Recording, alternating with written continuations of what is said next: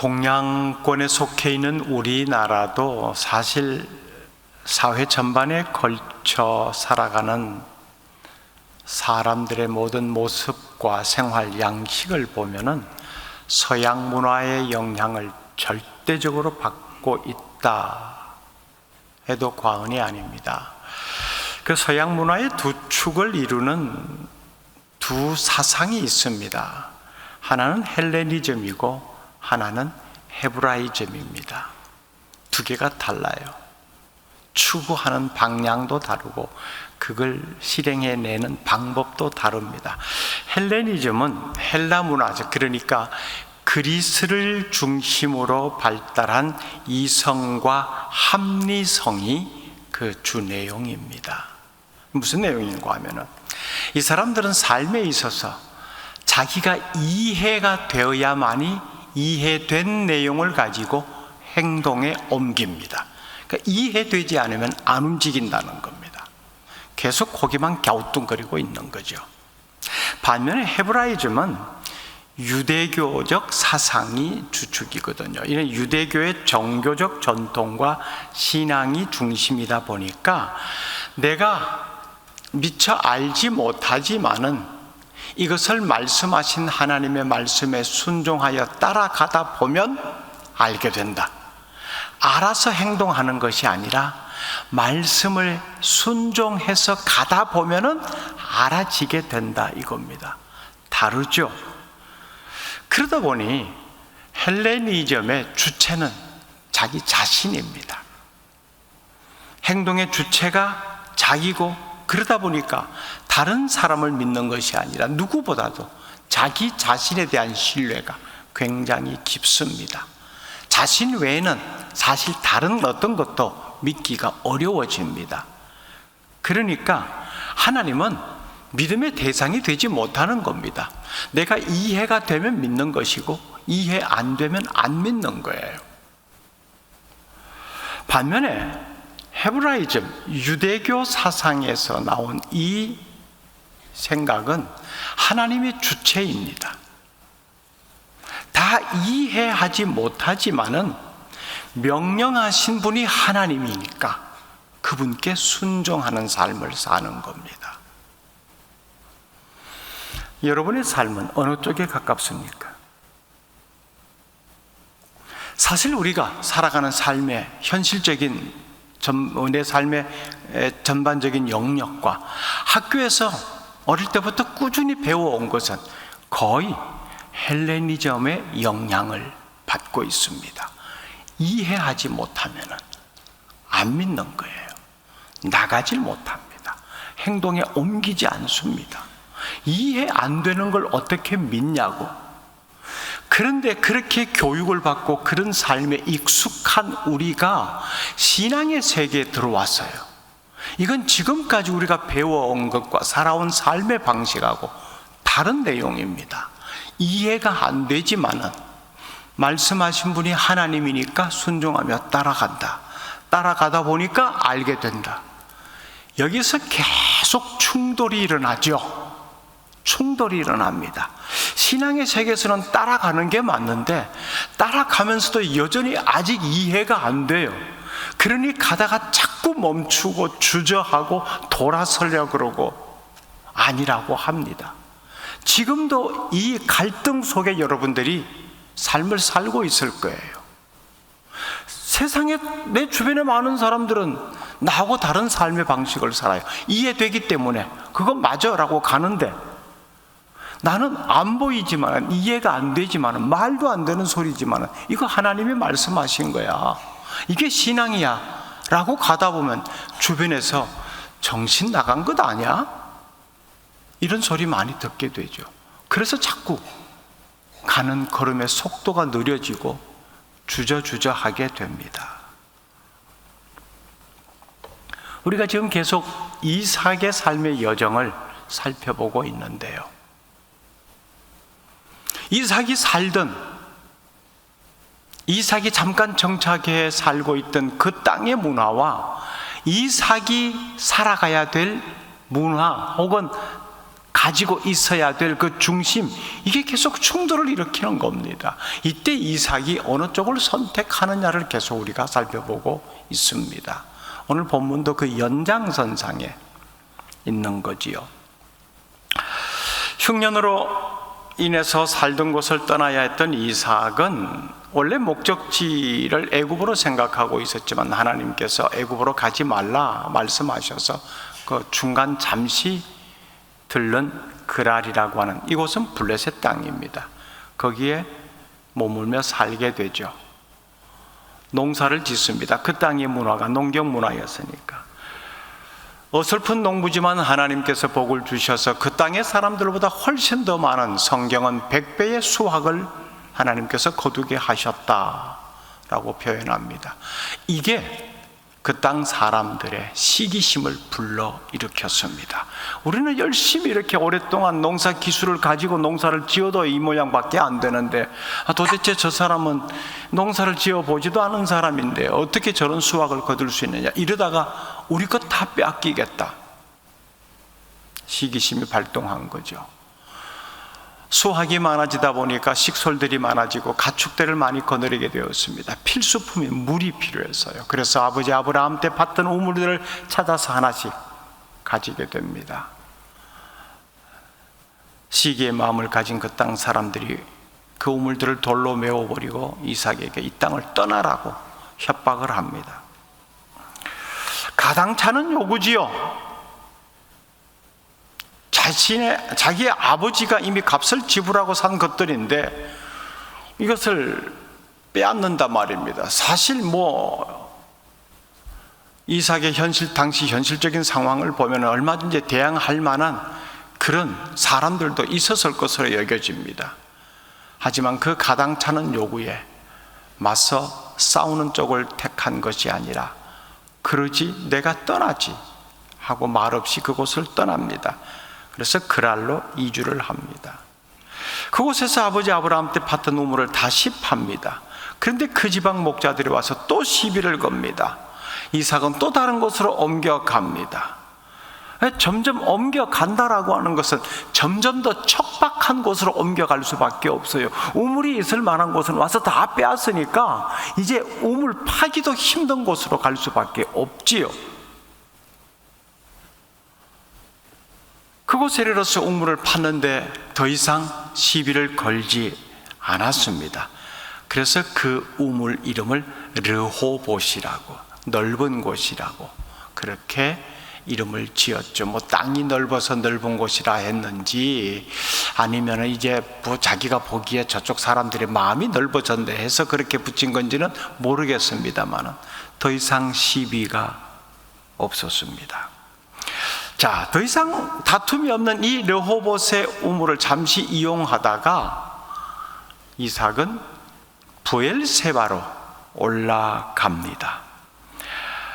오늘 본문 앞선 내용 잠깐 연결되는 부분이니까 확인 좀 하지요. 26장 24절 23절부터 보면은 이삭이 거기서부터 브엘세바로 올라갔더니, 브엘세바로 올라갔는데 예상치 못한 일이 벌어집니다. 24절 같이 볼게요. 시작.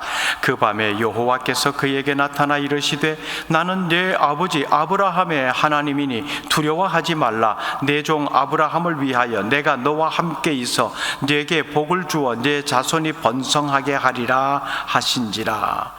이거 보면 하나님께서 이삭에게 이 말씀을 주시는데 이삭의 마음을 꿰뚫고 있다는 겁니다. 너 지금 굉장히 두려운 마음 가지고 있지, 이거예요. 그러니까 두려워하지 마라, 이 말씀 먼저 하신 거예요.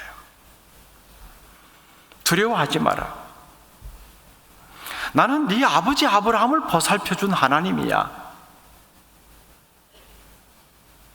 내가 너와도 함께 할 거야. 걱정하지 마. 이삭에게 얼마나 위안이 되었겠어요. 아버지 아브라함이 하나님과 어떤 관계를 가지고 어떤 여정의 삶을 살았다는 걸 잘 알잖아요. 그런 하나님이 나타나서 두려워하지 말라. 네 아버지를 지켜준 것처럼 내가 너를 지켜줄 거야. 이 하나님의 말씀에 대한 이삭의 반응입니다. 그게 25절입니다. 시작. 이삭이 그곳에 제단을 쌓고 여호와의 이름을 부르며 거기 장막을 쳤더니 이삭의 종들이 거기서도 우물을 팠더라. 거기가 어디예요? 브엘세바죠. 브엘세바로 가서 이제 우물을 판 겁니다. 그런데 우물을 파기 전에 이삭이 이 하나님의 말씀을 듣고 제단을 쌓았다는 거예요. 요즘 표현으로 하면 예배를 드렸다는 겁니다. 브엘세바라고 하는 이곳은 이전에 아버지 아브라함이 하나님의 이름을 부르며 제사를 드렸던, 즉 예배를 드렸던 바로 그곳입니다. 그곳에서 아들 이삭이 또 여전히 하나님의 말씀을 듣고 예배를 드립니다. 제사를 드립니다. 브엘세바는 아브라함과 이삭과 야곱으로 이어지는 이 믿음의 조상들의 삶에서 굉장히 중요한 자리가 됩니다.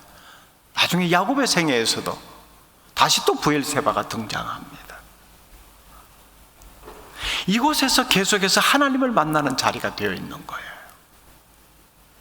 앞길이 막막한 상황이었습니다. 우물을 파면은 빼앗기고 시비 걸고 그랬던 여정 속에 여기 와서 하나님의 음성을 딱 듣습니다. 이 음성을 듣고 이삭이 제사를 드렸다는 거예요. 우리의 삶의 현실에서 바로 이런 상황에 부딪히는 경우가 종종 있습니다. 뭘 했다 하면 실패하고 무너지고 안 되고 빼앗기고 기껏 만들어 놓았는데 헛수고가 되어버리고, 이럴 때 무엇보다도 먼저 해야 될 일은 하나님께 예배하는 자리로 나가는 겁니다. 이게 가장 우선순위예요. 믿음의 사람들에게는요, 상황이 어려울 때가 오히려 하나님의 역사를 제대로 볼 수 있는 때이기도 합니다. 그러니까 길이 막혔다라고 생각할 때는 내 믿음이 회복될 수 있는 방향이 어디인가, 그곳을 찾아가야 돼요. 길은 여전히 막혀 있는데 이걸 사람들의 방법을 동원해서 이런 유사한 경험을 한 사람을 찾아가서 조언을 듣고, 이게 아니라 이 상황에서는 내가 어느 방향으로 가야 맞는가를 고민해야 되는 겁니다. 이삭이 바로 그렇게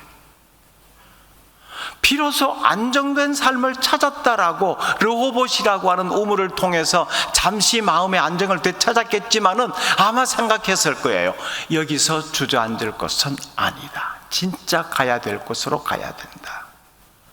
이미 이삭이 하나님께서 애굽으로 내려가지 말고 돌아가라라고 했을 때 돌아가야 될 곳이 가나안 땅이잖아요. 근데 가나안 땅에 가지 않고 블레셋 땅 한쪽 영역, 여기에 그냥 머물러 있었던 거예요. 그래도 하나님은 약속의 하나님이시기 때문에 계속 그를 이끌어 가시고 번성케 해주십니다. 그런데 현실적으로 당하는 고통이 굉장히 컸던 거죠.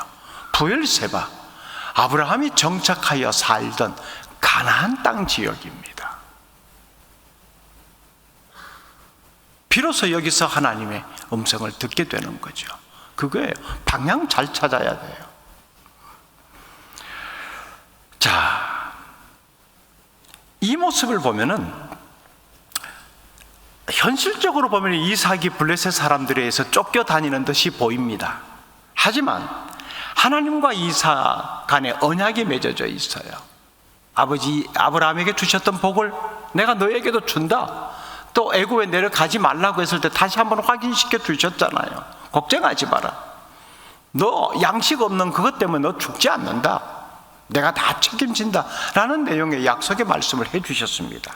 언약으로 사는 사람이죠. 우리도 마찬가지입니다. 우리의 노력으로, 우리의 지식으로, 인생 경험으로 우리 인생 사라지는 게 아니에요.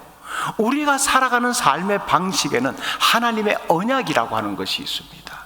그 언약 때문에 한 날 한 날 살아가는 거예요. 언약 때문에 살아가고 그 언약으로부터 하늘의 복을 받고 있는 하나님의 사람이 이 땅에서 어떻게 살아가야 하는가를 이삭을 통해서 우리가 보게 됩니다. 우물을 팠다 하면 빼앗기고, 우물을 팠다 하면 빼앗기고, 그렇게 어려움을 당할 때 그 모습을 하나님은 다 지켜보고 계셨어요. 분명히 그렇게 빼앗기는 것만 이어진다면은 이삭은 점점 재산이 줄어가고 결국 이 르호보쯤 왔으면은 망한 모습이 있어져야 돼요. 근데 망한 모습이 아니에요. 오늘 본문에 보면은 결코 그런 모습이 아닙니다. 이 모습을 그 땅의 사람들도 계속 주목하여 보고 있었음을 알 수 있어요. 어느 날 블레셋의 통치자인 아비멜렉이 자신의 친구와 군대 사령관을 데리고 이삭을 찾아왔습니다. 느닷없이 닥친 이 신분 높은 사람들, 적잖이 놀랐겠지만 이삭이 불안해하기도 했죠. 이번에는 또 뭔가, 한동안 조용했는데 여기서 있는 내 삶까지 이제 쑥대밭으로 만들려는 건 아닌가. 그런데 뜻밖에도 아비멜렉은 평화조약을 맺읍시다, 이런 제안을 합니다. 이건 또 무슨 소린가요? 사실 여기까지 오는 동안 쫓김을 당하는 이 모든 과정을 그 땅의 통치자인 아비멜렉이 몰라설 수 있겠어요? 묵인하에 다 그런 일이 이루어졌지 않겠습니까? 평화조약을 맺읍시다라고 하면서 제안하는 내용 중에 참 가당찮은 내용이 있습니다. 28절 말씀, 29절까지 같이 볼게요. 시작. 그들이 이르되 여호와께서 너와 함께 계심을 우리가 분명히 보았으므로 우리의 사이 곧 우리와 너 사이에 맹세하여 너와 계약을 맺으리라 말하였노라. 너는 우리를 해하지 말라. 이는 우리가 너를 범하지 아니하고 선한 일만 내게 행하여 내가 평안히 가게 하였음이니라. 이제 너는 여호와께 복을 받은 자니라. 우리가 너를 해코지 한 적 없잖아. 너 갈 때 우리가 잘 보내줬잖아. 이게 무슨 말이에요? 여러분, 이게 언제 어떤 상황에서 사람들이 이런 말을 할까요? 한쪽은 당했다라고 굉장히 분해하고 화가 나 있는데, 그렇게 해를 입힌 소위 말하는 가해자 쪽에서는 나 별로 기억이 없는데, 이거잖아요. 나 그런 기억 없어. 내가 잘 보내줬는데. 이 말을 들은 이삭이 얼마나 황당했겠어요.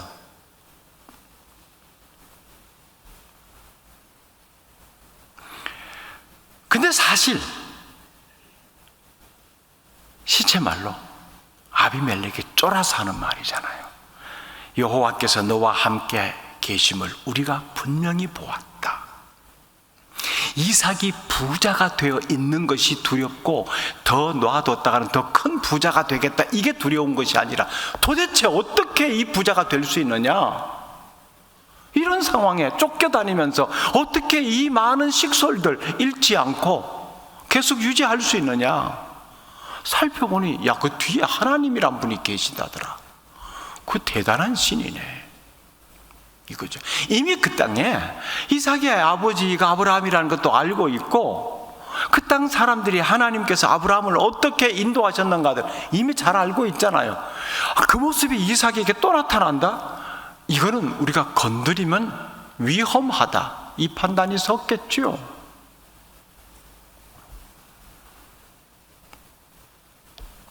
거짓말하고 있는 겁니다. 궁지에 몰리니까 내가 언제 그랬냐고. 아무튼 참 놀라운 상황이 벌어진 겁니다. 마지널리티라고 하는 영어 단어인데요, 영어 단어 그대로의 이름의 책이 있는데 제가 참 인상 깊게 읽었습니다. 마지널리티, 꼭 굳이 번역하면 주변부, 주변부라고 할까요? 미국 드루 신학교 이정용 교수, 한국 분이신데 영어로 써서 호남신학대학교에 계신 신재식 교수가 우리말로 번역을 한 책인데요, 세상의 영역을 두 영역으로 구분합니다. 제목 그대로 마지널리티, 주변부와 그에 반대되는 중심부, 이렇게 구분합니다. 여러분, 세상은요 전부 중심부를 향하고 있습니다. 중심부에 그래서 어떻게 하더라도 힘을 가지고 있는 그 힘이 있다라고 여겨지는 그 자리에 가려고 하고, 경쟁에서 이기려고 하고, 그 자리에 가야 영향력을 행사할 수 있고, 그 자리에서 그 모습을 가져야 자신의 존재감이 대단한 것처럼 보여진다라고 생각하는, 그래서 전부 하는 일이 중심부를 향하고 있습니다. 조직도 그렇게 되어 있어요. 조직 사회 속에서는 상층 구조잖아요. 피라미드 구조로 계속해서 올라가는 구조입니다. 그래서 뭐 승급, 진급에 얼마나 신경을 씁니까? 그 마음이 중심부를 향하고 있기 때문에 그렇습니다. 나라도 마찬가지입니다. 이 세계 백수십 개 나라 중에 중심부에 있는 나라가 어느 나라인가? 중심부에 쟁탈권 싸움이잖아요. 지금도 미국이냐 러시아냐, 여기에 또 도전장을 내미는 또 유럽연합이 연합체를 형성해서 도전을 하고 있고요. 전부가 이런 구조입니다. 그래서 마침내 그 자리에 가게 되면 박수갈채 보냅니다. 잘했다고, 성공했다고, 수고했다고. 교회 역사에서도 이건 예외가 아닙니다. 중세시대 교회는 중심부에 완고하게 서 있었습니다. 절대적 영향력을 행사했습니다. 사람을 죽이고 살리는 이 생사 여탈권마저 그 중심부에 있는 교회가 가지고 있었어요. 그러니까 주변부에 있는 사람들은 그 중심부의 영향을 받을 수밖에 없습니다. 중심부에서 내리는 말을 잘 들어야 나도 어느 땐가 저 중심부 속에 들어갈 수 있다고 생각합니다. 그러니까 모든 것이 중심부 중심으로 돌아가는 것, 주변의 것은 중심부가 있기 위한 덜러리뿐입니다. 내가 중심부에 들어가 있지 못하다라고 여겨지면 스스로 실패자, 좌절한 사람, 이렇게 생각하죠. 이게 현실입니다. 이 구조를 꼬집는 내용입니다. 자, 그러면은 우리 기독교인의 삶, 우리가 누구를 따라갑니까? 예수 그리스도를 따르는 삶 아닙니까? 예수 그리스도 그분의 원래 모습이 중심부의 모습입니까? 주변부의 모습입니까? 최고 중심부의 모습 아닙니까? 만왕의 왕. 그런데 그분이 사람의 몸을 입고 이 땅에 오셔서 살아간 삶의 모습은 중심부의 모습이었어요? 주변부의 모습이었어요? 철저히 주변부의 모습이었습니다. 그러면 그분은 실패한 모습 아니에요. 그 주변부에 살아가면서 죄인들과 세리들과 창기들과 함께 어울리고 그들의 대변자가 되어주고, 그렇게 쓸데없는 모습을 가지고 살아간 예수를 왜 우리가 지금 따르고 있어요? 우리가 예수를 닮는다라고 하는 것은 주변부의 삶의 눈길을 가지고 거기에서 무슨 일이 일어나고 거기에 하나님의 사랑을 어떻게 스며들게 해야 되는가, 이걸 우리의 관심사로 삼아야 되는 거거든요. 그게 예수님의 사역 모습 아닙니까? 그렇게 철저히 예수님을 따른다고 하면서 여전히 우리의 생각은 중심부를 향해 있습니다. 저 자리에 가야 돼, 저기 올라가야 돼. 그래서 한국 교회도요, 두 종류의 교회밖에 없다라고 어느 신학자가 꼬집었거든요. 그것은 대형 교회와 대형 교회가 되려고 하는 교회, 두 종류의 교회밖에 없대요. 왜? 대형 교회가 되어야 중심부에 왔다라고 여겨지니까, 성공했다라고 생각하니까요.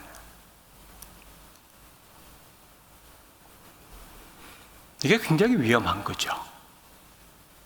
이 충돌이 계속 일어나고 있습니다. 솔직히 우리 그렇잖아요. 철저히 낮아진, 그러나 우리가 그가 어떤 분인지를 압니다. 그는 근본 하나님과 본체 동등하신 분이지만은 동등할 것으로 여기지 아니하시고 이 땅에 사람의 몸을 입고 오셨다. 스스로 자원해서 주변부로 가신 분 아닙니까? 그분을 따르는 우리가 어떻게 우리의 생각 속에는 여전히 중심부로 올라가야 되겠다는 이 욕망만 가지고 살아가야 됩니까? 그런 관점에서 보면 이삭은 충분히 맞대결해서 싸워서 나도 너희들 못지않게 힘이 있다는 걸 내가 보여줄게, 그 중심부 자리를 지켜갈 수 있었어요. 이미 농사지어서 수확을 100배나 얻은 사람인데 거부가 되었는데 아무도 그 지역에서 따라올 수 없는 이 부자, 이미 중심부에 들어가 있는 것 아니에요. 그런데 그 땅 사람들이 밀어냈을 때 밀려났습니다. 힘이 없어 밀려났을까요?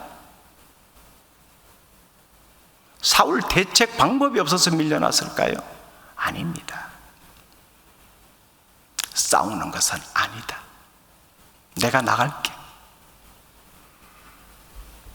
그래서 중심부에서 멀어지는 모습을 계속 보여줬던 겁니다. 일반적인 시각으로 보면 실패한 모습이죠. 그렇게 밀려나서 브엘세바까지 올라온 거예요. 아니, 정확하게는 내려갔다라고 하는 거 표현이 맞습니다. 백두에서 한라까지, 백두가 저 북쪽이고 한라가 저 남쪽 끝을 상징하잖아요. 그렇듯이 이스라엘 땅을 남과 북으로 끝과 끝을 상징할 때 단에서 브엘세바까지, 단은 북쪽 끝이고 브엘세바는 남쪽 끝이거든요. 여기까지 지금 밀려간 겁니다. 그렇게 살고 있는 곳에 누가 찾아왔어요? 블레셋의 왕이 찾아왔어요. 그 권세, 떵떵거리는 사람이 군대 사령관을 대동하고 말입니다. 이게 가당치 않은 일이에요.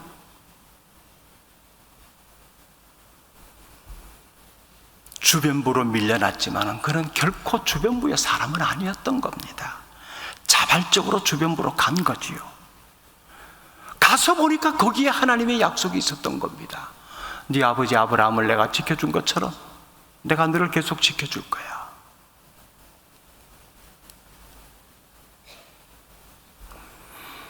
이리저리 쫓겨다니는 아주 힘없는 사람으로 보여설지 모르지만 사실 이삭은 심지가 단단한 사람이었어요. 무엇을 찾아가야 되는지, 어디로 가야 되는지를 분명히 안 사람입니다. 그래서 그곳을 찾아갔어요. 거기서 하나님의 약속을 다시 받습니다.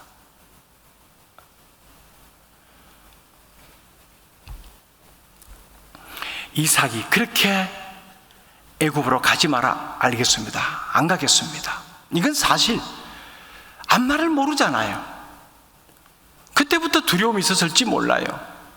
쫓겨다니면서 두려움의 마음은 계속 있었고요.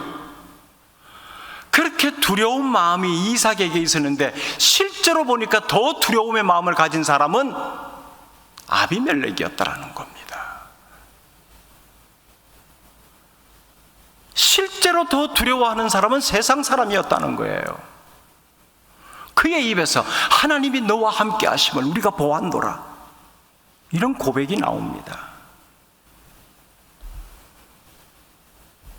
여러분,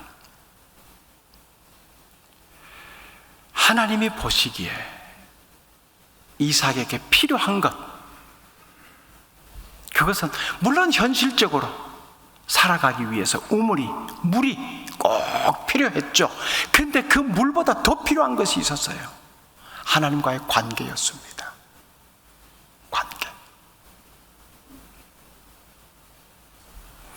하나님과의 관계가 제대로 회복되지 않고 물이 펑펑 나오고 우물을 팠는데 주변 사람들이 와서 당신 대단한 사람입니다, 어떻게 이 우물을 복원해내가지고 아버지 때 판 것인데 아직도 쓸 수 있도록 이렇게 만들어 놓습니까? 라고 하면 그 자만해지지 않았겠어요? 결국 이삭의 삶을 이끄시는 손길이 누구의 손길인가를 알게 하신 겁니다. 그 모든 세상적 위협 가운데서도 이삭을 지키시는 분이 누구신가를 하나님이 알게 하신 거죠. 아무리 물질을 가지고 아무리 크게 성공을 했다 할지라도 하나님과의 관계가 제대로 세워지지 아니하면 성공해서 가진 것, 그것 때문에 계속해서 걸려 넘어집니다. 그게 화근이 될 수 있어요. 빼앗기고 나가고, 빼앗기고 밀려나고, 빼앗기고 또 내려가고, 끝났다라고 여겨졌는데 세상에 왕이 찾아와서, 솔직히 우회적 표현이지만 우리가 두렵습니다, 이 표현이잖아요. 여러분, 우리가 살아가는 삶을 통해서요, 세상 사람들이 그들의 입에서 내가 보니 당신 분명히 하나님께 복받고 있는 사람인 건 맞네요, 이 말이 나올 수 있도록 해야 돼요.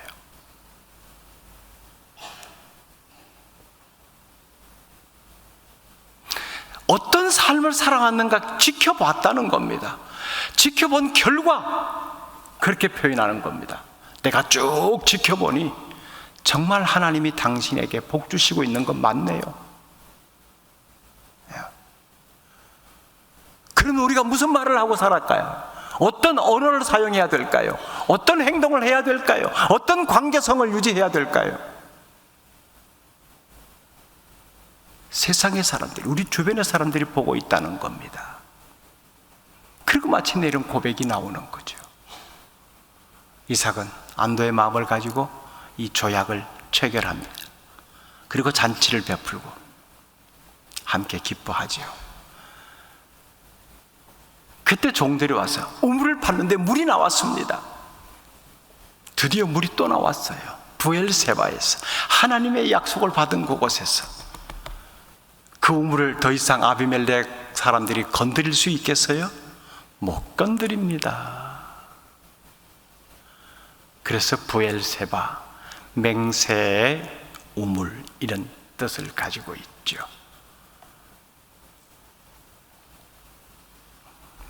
사랑하는 성도 여러분, 우리가 처한 삶의 자리가 누추해 보이고 변방에 밀려나 있구나, 그렇게 현실적으로 보여진다 하더라도 그게 결코 변방이 아닙니다. 오히려 그곳에 나를 세워두신, 나를 보내신, 어쩌면 하나님의 의도적으로 밀어내신 그 뜻이 있다는 것, 그걸 안다면 그 삶을 지켜나갈 때 하나님의 약속을 확인할 수 있고 다시 들을 수 있고, 마침내 세상 사람들이 그 변방에서 초라한 모습으로 살아가는 나를 보고 하나님이 당신과 함께 계심을 우리가 보았습니다. 복받고 있는 건 맞네요, 이런 말을 할 수밖에 없을 거예요. 우리의 칭찬은, 예수 믿는 사람들은 우리끼리 주고받는 칭찬이 아니라 진짜 들어야 될 칭찬은 세상 사람들로부터의 내용입니다. 그런 칭찬을 듣고 사는 우리 모두가 될 수 있기를 바랍니다. 함께 찬양합시다. 어쩌면 오늘의 이 이삭의 삶의 여정을 담은 가사이기도 합니다. 고단하고 힘든 이 인생길 가지만은 하나님이 결국 이 모든 상황을 회복시키시고, 잃어버렸고 추락되었다라고 생각되어진 내 삶의 모든 권위가 다시 세워지게 될 것입니다. 그날을 향해서 그냥 알고 이해했기 때문에 가는 것이 아니라 하나님의 말씀이기 때문에 가다 보니까 알아졌네, 이거였구나. 그게 몇 번 반복되면 이제 의심 안 하죠. 알겠습니다, 하나님. 가다 보면 또 알게 되겠지요. 그 마음을 가지고 가게 됩니다. 함께 가사를 깊이 묵상하는 마음으로 찬양하겠습니다.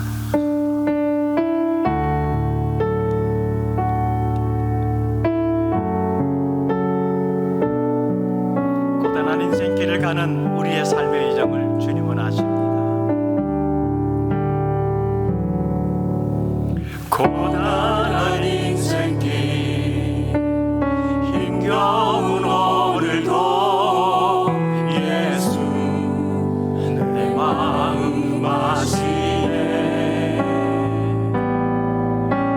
지나간 아픔도 마주할 세상도 예수 내 마음 아시네. 고단한 인생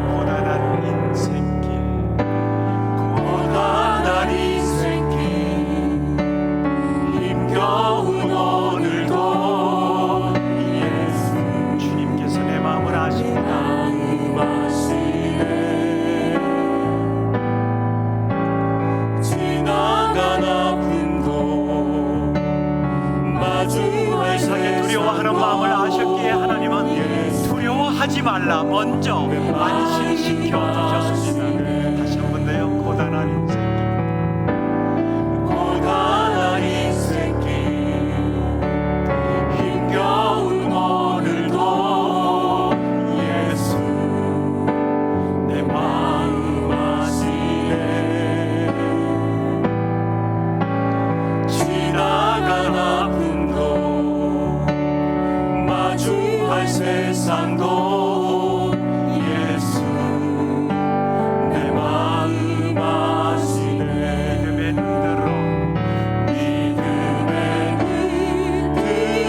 주님을 바라봅시다. 보리 이 또한 지나가리라. 주어진 내 삶의 시간 속에 주의 뜻 알게 하소서. 믿음의 눈으로 주님을 바라봅니다.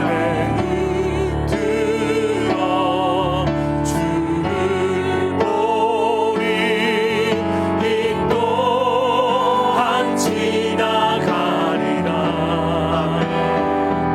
쓰러진 내 삶의 시간 속에 주의 뜻 알게 하소서. 믿음의 눈으로 주님을 바라봅니다. 한치 앞도 내다볼 수 없는 상황이지만 하나님이 말씀하셨으니 그렇게 한 걸음 옮겨 나아갑니다. 그 여정 속에 하나님의 뜻을 알게 될 것입니다. 그랬군요 주님. 그것 때문에 나를 이렇게 이끌어오셨군요. 그렇게 믿음의 눈을 들어 주님을 바라보십시다.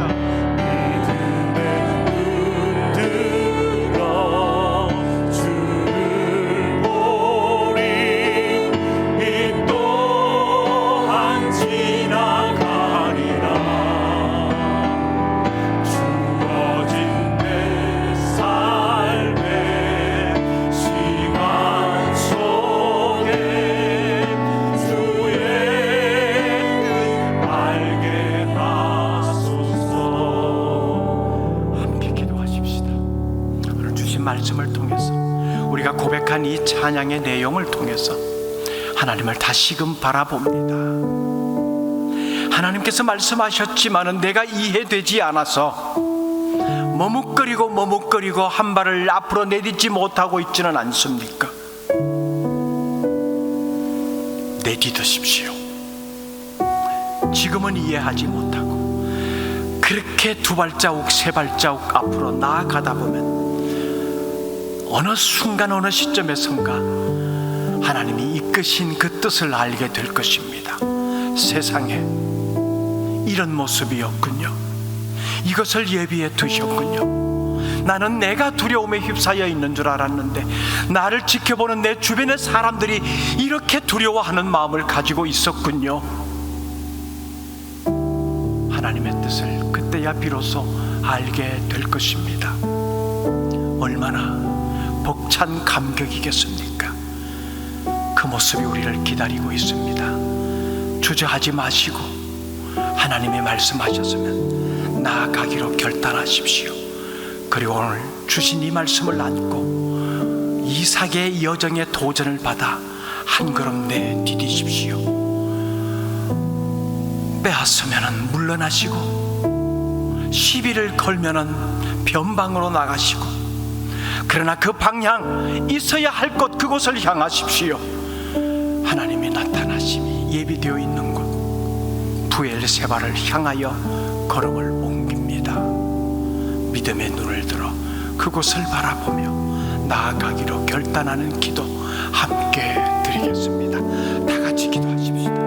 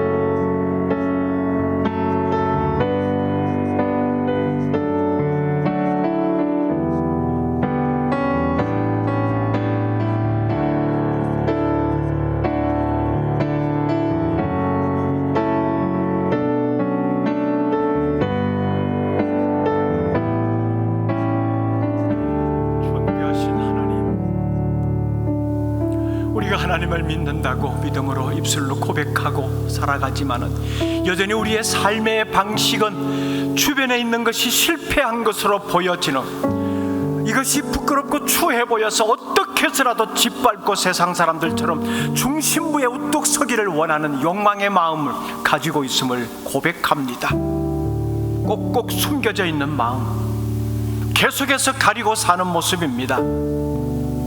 이것이 주님께서 원하시는 모습이 아니라는 것을 깨닫습니다. 가장 중심부에 계셨던 주님께서 가장 주변부의 삶을 사시면서 우리를 살려주셨는데, 우리가 무엇을 추구하며 무엇을 품고 무엇을 따라가고 있는지 다시금 깨닫게 됩니다. 우리의 삶을 바로잡습니다. 이곳에서 주님의 뜻을 드러내게 하옵소서. 지금 있는 이 자리에서 하나님의 마음을 품게 하옵소서. 세상 사람들을 쫓아가는 삶의 방식이 아니라 하나님의 사람으로서 하나님께서 주신 그 삶의 방식을 지켜가게 하옵소서. 이 여정 가기에는 솔직히 두렵습니다. 너무 우리를 공격하는 사람들이 많습니다. 또 무슨 해코지를 당할까 매일매일 그렇게 염려가 됩니다. 그러나 다시금 확인합니다. 하나님의 눈동자가 결코 우리에게서 멀어지지 않았다는 것을요, 계속 지켜보시면서 이끌고 계시다는 것을요, 마침내 두려워하지 말라 말씀하시면서 이끌어오신 하나님, 이끌고 계신 하나님, 이끌어 가실 하나님을 다시 만나게 됩니다. 감사합니다. 하나님, 이제 모든 염려 내려놓고 이끄실 하나님만 바라보며 나아가게 하옵소서. 한치 앞 보이지 않는다 할지라도 말씀하신 분이 하나님이시기에 믿음의 여정 계속 이어가게 하옵소서. 깨닫게 되는 그 순간에 우리가 얼마나 감격해야 할지 기대가 됩니다. 우리에게 얼마나 큰 기쁨이 될지 생각해보니 입가에 미소가 번집니다. 이 좋은 것, 아름다운 것 잃지 않게 하옵소서. 하나님, 그렇게 하나님이 우리의 하나님이심이 너무 좋습니다. 이 하나님 오늘도 바라보며 살게 하옵소서. 예수님의 이름으로 기도드립니다. 아멘.